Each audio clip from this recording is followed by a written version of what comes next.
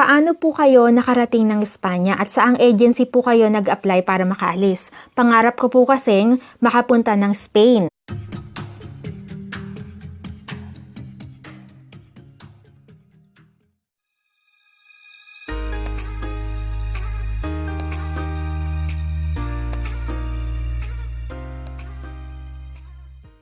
Hola mga amiga, it's me again Marisa and welcome sa aking channel. Today, pag-uusapan natin kung paano nga ba pumunta dito sa Espanya ng legal. Marami kasi nagtatanong sa akin yan, kaya yan ang pag-uusapan natin ngayon. Pero bago yan, okay, bago tayo mag-start, liliwanagin ko lang na hindi ito isang immigration video. Okay? Wala akong kinalaman sa kahit na anong agency na magpapaalis at kung mayroon man nagpapaalis sa punta dito sa Espanya.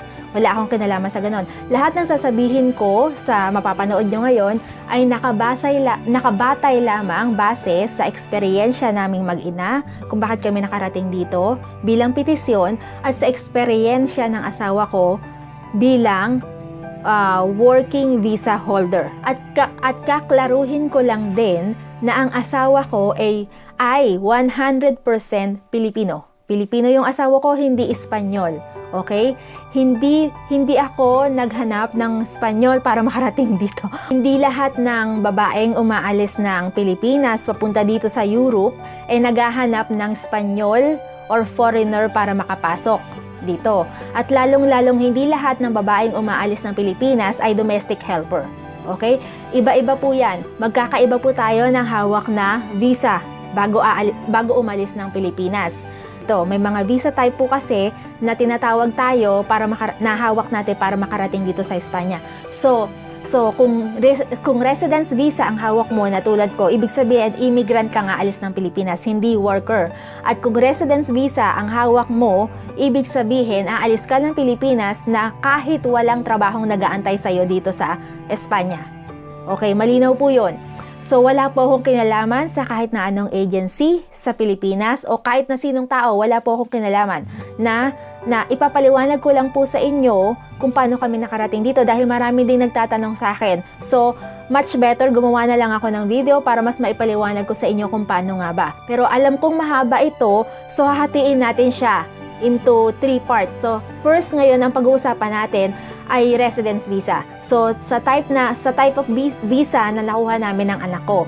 So, kasi petition kami ng asawa ko. So yun nga. So, 2012 kinuha niya ako. Dahil pinasok niya yung papel ko ng April, lumabas na Oktubre, 6 na buwan ang itinaga. At kung residence visa holder ka, ibig sabihin, ikaw ay kinuha o pinitisyon ng kamag-anak mo. Anak lang na pwedeng magpetisyon sa'yo ay immediate family. Ibig sabihin nun, asawa, anak, magulang. Okay, asawa, anak, magulang, hindi po pwede ang kapatid. Wala pong pinipetisyon na kapatid papunta dito. Pwede mong kunin ng anak mo as long as hindi siya lalagpas ng 18 anyos. Pwede mong kunin ng magulang mo, tulad sa amin, pwede namin kunin ng magulang namin as long as mapatunayan namin na ang magulang namin ay dependent sa amin. As long as din na kaya din namin. So, case-to-case basis din kasi yan eh. So, meron kaming benefits na kunin sila pero kung hindi naman namin kakayanin, hindi rin po pwede. Kung may kakilala kayo na bakit si ganito, yung anak ni ganito, 20 years old na yon, nakarating pa rin ng Espanya, or kaya yung kapatid ni ganito, bakit nakuha siya ng kuya niya or ate niya, etc. etc.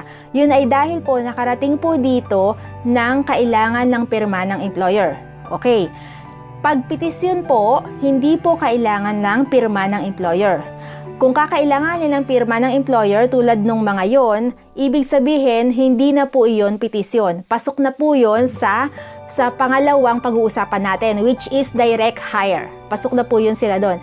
Ang pagpetisyon, requisitos at dokumento lamang ng taong magpipetisyon ang kakailanganin. Hindi kailangan ng pirma ng employer. Okay, so yan na muna ang pag-uusapan natin ngayon para hindi po tayo lahat malito. Sa mga gustong pumunta dito sa Espanya, gawin nyo lang po yung batayan, hindi para manloko ng tao, okay? Ayoko kasi na yung may mababalitaan ako, magagamitin yung sinabi kong ito para makapanloko ng tao. No, Sabi ko nga sa umpisa, wala pa akong kinalaman sa kahit na anong agency or hindi po ito isang immigration video. Okay? So sa susunod na video, pag-uusapan po natin yung pagkakaroon ng working visa.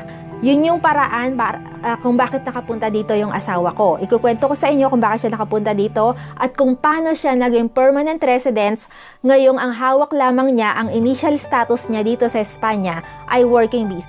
Kung bago ka sa channel ko, please subscribe to my channel and hit the notification bell sa baba po ng video na ito. So abangan nyo po next Saturday 9 p.m. Madrid time.